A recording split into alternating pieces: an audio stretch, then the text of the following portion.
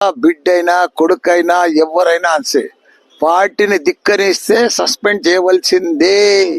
Second option లేదు. కేసీఆర్ అంటే మీకు తెలియదు, ఆయన ఒక పెద్ద ఇది యుగ పురుషుడు భారతదేశంలోనే. అలాంటి మనిషి బిడ్డే కొడుకు ఆయనకు ప్రజలు ఇంపార్టెంట్, తెలంగాణ ఇంపార్టెంట్, బిడ్డే కొడుకు కాదు. కాబట్టి ఆయన దేనికైనా తెగిస్తాడు. అలాంటి మనిషి మనకు దొరకడమే, కేసీఆర్ లాంటి దొరకడమే మన అదృష్టం. అరే కాళేశ్వరం లేదు ఏం లేదయా, నువ్వు 3 లక్షల మెట్రిక్ టన్నుల ధాన్యం పండించిన ఘనత కేసీఆర్ దయా. వీళ్ళేంది అంతా 3D సినిమా లెక్క డ్రామాలు ఆడుకుంటా కాళేశ్వరం అని కూలిపోయిందని అదని, ఇదంతా బక్వాసయా. ఏందది కేసీఆర్ అంటే?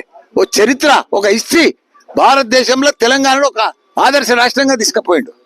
ప్రపంచం అంతా ఎదురు చూసింది కేటీఆర్ కోసం, కేసీఆర్ కోసం. అలాంటి మనుషులను పట్టుకొని కాళేశ్వరం అని, కేసు అని, సిబిఐ అని, ఏంటది? అది కరెక్ట్ కాదు.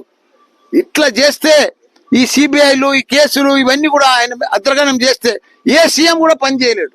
అంత గొప్ప సీఎంను పట్టుకొని ప్రపంచంలోనే ఎత్తైన ప్రాజెక్టు, లిఫ్ట్ ఇరిగేషన్ ప్రాజెక్టు కడితే దాంట్లో ఒక రెండు పిల్లలు పోతే కుంగిపోతే ఉంటున్నా. ఇంత పెద్ద వర్షాలకు ఎట్లుంది అది? కాళేశ్వరం కుంగిపోయిందా, కూలిపోయిందా? దాన్ని పట్టుకొని కాళేశ్వరం అనుకుంటా దాన్ని రకరకాల ఇబ్బంది పెట్టి ప్రజలకు నీళ్ళు ఇవ్వకుండా, అది చాలా బాధాకరం.